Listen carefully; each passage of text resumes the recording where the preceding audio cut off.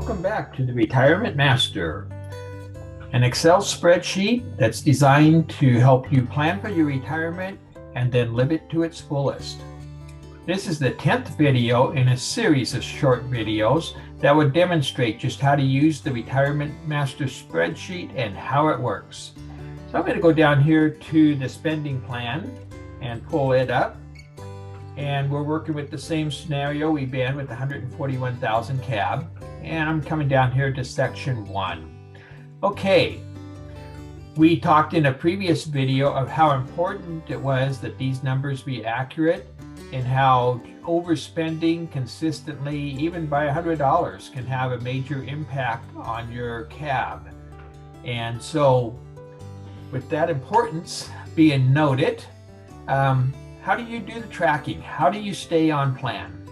Well, if you're starting mid-year, you will take these numbers and plug them into every month that is up to the month that you're going to start. So we're going to start here in April. We've entered the numbers in these 3 months. And I go to the grocery store. I'm going to plug in what I spent. I start with an equal sign, and I plug in how much money I spent. And I stopped and got gas while I was out, equal sign, and I got gas. And then I stopped at a store, equal sign, $92. I bought some clothing. Okay. Next week comes along, I go to the store again. I come up here and you see my equal sign in the 158. I just put in a plus and I put in how much money I spent. A few days later, I go back to the store, put in a plus, how much money I spent at the store again. Then I go back to that clothing store and I take something back. So I come up here to the equal 92 and I put in a negative and how much money I got back. The math is going to be done for you. And you can have a string of numbers, all the way across this bar. And it'll add it all up for you so that you don't have to do it. Then as you've done this for a number of months, you'll start to see a trend. And if the money you're spending with the lifestyle that you're living is way below what you have calculated here, then you might want to consider lowering that number. On the other hand, if what you're seeing that you're spending every month is way higher than this number, then you need to raise that number so that it's accurate. And you'll do that for each of these categories, and you'll adjust them as necessary according to what you're spending. And you'll, keep in mind, well, this time of the year is really expensive, or this time of the year is really cheap.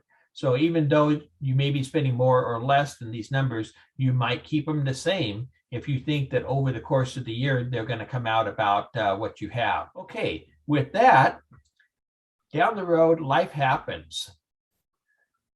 Your plans, your dreams, your needs change. When that happens, you change the categories, you change these numbers. And then you look and see what it did to your CAB. If your CAB is still positive in the range that you want, then you're good to go. Those changes are okay. If your CAB grew and it's getting really big, then you might want to say, well, okay, I got extra money. What do I want to do with that? Do I want to do something special and put it down in section 4 as some special spending I'm going to do? Or do I want to start doing something that I haven't been doing? And you add it to section 1 or section 2 as an annual expense, whatever. Or maybe you increase your target age or increase the inflation rate factor. Or maybe you would just want to leave it big and leave it to your kids or grandkids at some point. Okay, now if the changes that you had to make here because of what life is throwing at you give you a negative CAB number, then you can't ignore that negative CAB. You have to take care of it. You got to get it back into the positive range. So how are we going to do that? These numbers are not where you're going to do that because this is what you're spending and it's the lifestyle you're living. So it's the last place you want to make adjustments downward. So you're going to go over to this retirement plan sheet. And if your target age is super well padded, you might pull a year or two off that target age, and that would get your CAB back into the positive category, perhaps. The other place you can look is at the inflation rate factor. If you've padded that really well, like I suggested, you might pull 0.1% off of that, or 0.25%, and that'll get your CAB back into the positive range. So the way I do my tracking is whenever I spend money, I go ahead and enter it. Once in a while, I'll lay the receipt on my desk, and a couple of days later, I'll go ahead and grab the receipts and put it in here. But it doesn't take long for you to get a routine, and when you spend money, you'll end up just entering it. And it sometimes is pretty eye-opening as far as actually seeing where your money is going and how fast it's going, and so forth. And it can be really interesting for you. And it helps keep you on plan. And you have to stay on plan. If you go off plan, you risk running out of money, and you risk the success of your retirement.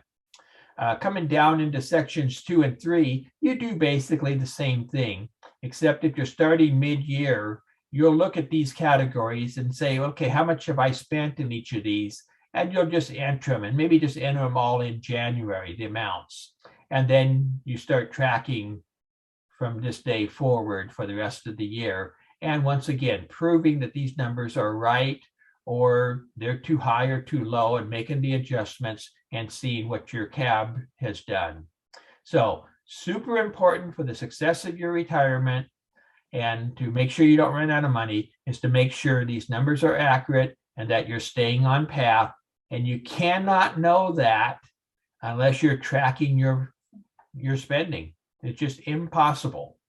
So with that to think about, I encourage you to use the spending expense logs, and they will serve you well. And with that, I'm going to wish all of you a very happy retirement.